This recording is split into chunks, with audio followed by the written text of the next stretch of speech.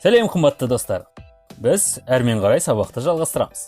Бүгінгі күні мен өзімнің объектілерін топтау сияқты пайдалы нәрселерді көрсетуді, нысандарды қалай ажыратуға болатынын, біздің 3D нысанымыздың қалай қоюға болатынын және 3D нысандарымыздың беттерімен қалай жұмыс істеуге болатынын көрсеткім келеді. Алдымен топтауды бастаймыз. Мысалы, біз текше және цилиндр алдық. Барлығы 20 және 20 сандарынан сәйкес. Енді топтастыру құралды іздейміз. Ол үшін Ctrl және G пернелерін басып, текше мен цилиндр нысандарын таңдап, Enter пернесін басамыз. Енді бір объект ретінде бізбен бірге қозғалады. Цилиндрді немесе текшені жеке-жеке апарудың қажеті жоқ. Олар бірге қозғалады. Ал кейде объектілерді топтастыру керек.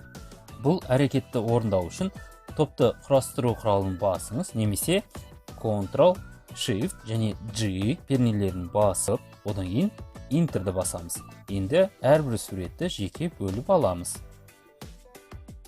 Енді цилиндрді біріктіруді көрейік. Autodesk Snap деген ыңғайлы құрал бар. Ол магнит сияқты жұмыс істейді.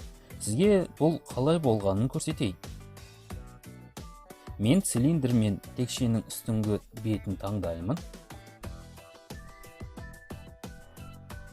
Міне, осылайша олар бір-біріне жабысып, содан кейін біріктіріледі. Сізге қайтадан көрсетейін. Snapты басамыз.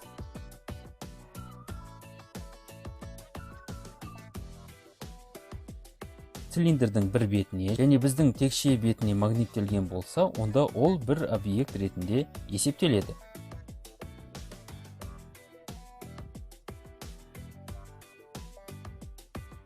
Оларды жинап алайық. Осылайша біздің нысандарды қайта топтастыра аламыз.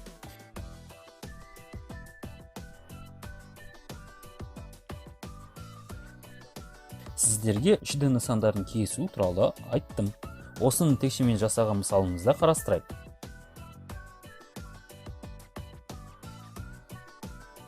Мұны жасау үшін бірінші қадам біздің текшені орналастыру, содан кейін скетч эскизін жасау, полилайнды таңдап, тінтуірді жақындатқан кезде көк түсті шекара 2D полилайн эскизді қай жағынан салынса, соған байланысты өзгертіп отырады. Бүйір жағынан алайық. Маған текшені бұлай толықтай кесу керек және екі бөлік нысан алу керек.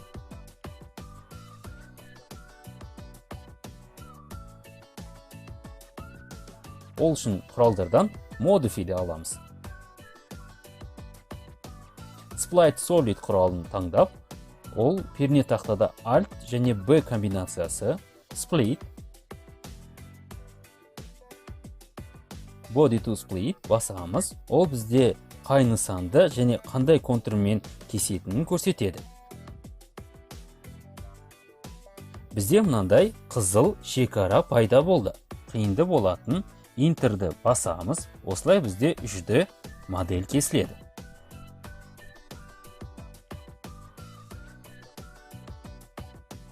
Мына екі артық 2D шеттерін алып тастауға болады. Міне, бізде екі нысан пайда болды. Оның жұмысы екі нысанды кесу арқылы жасадық. Мен сіздерге нысанды сплайн арқылы кесудің тағы бір әдісін көрсеткім келіп отыр. Текшені аламыз, үлкейтеміз, сплайн құралын таңдаймыз. Текшенің жоғары жағынан қалай кесу керектігі бойынша суретінің саламыз.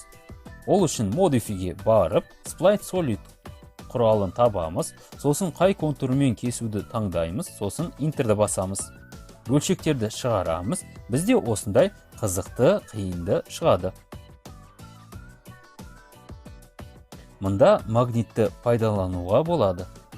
Әрі қарай өздерінің жасаған дайын нысандармен жұмыс жасауға болады. Яғни скетч пен экструд құралы арқылы жасай аласыздар. Бүгінгі сабақ аяқталды. Барлықтарыңызға сәттілік.